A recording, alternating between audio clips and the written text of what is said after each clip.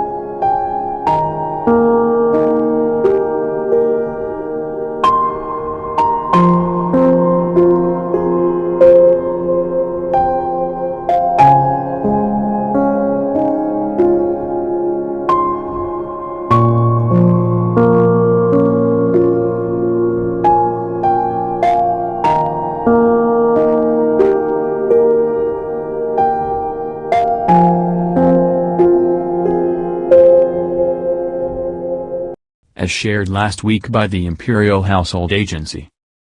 Over the past 2 years, other royals have caught COVID, including Prince Charles's firstborn Prince William, who tested positive for the virus during the first wave of infections but only revealed it a few months later. In early January, the King and Queen of Sweden entered quarantine after testing positive for the virus. Similarly, Henri, Grand Duke of Luxembourg, was also forced by the virus to self-isolate and carry out his duties remotely.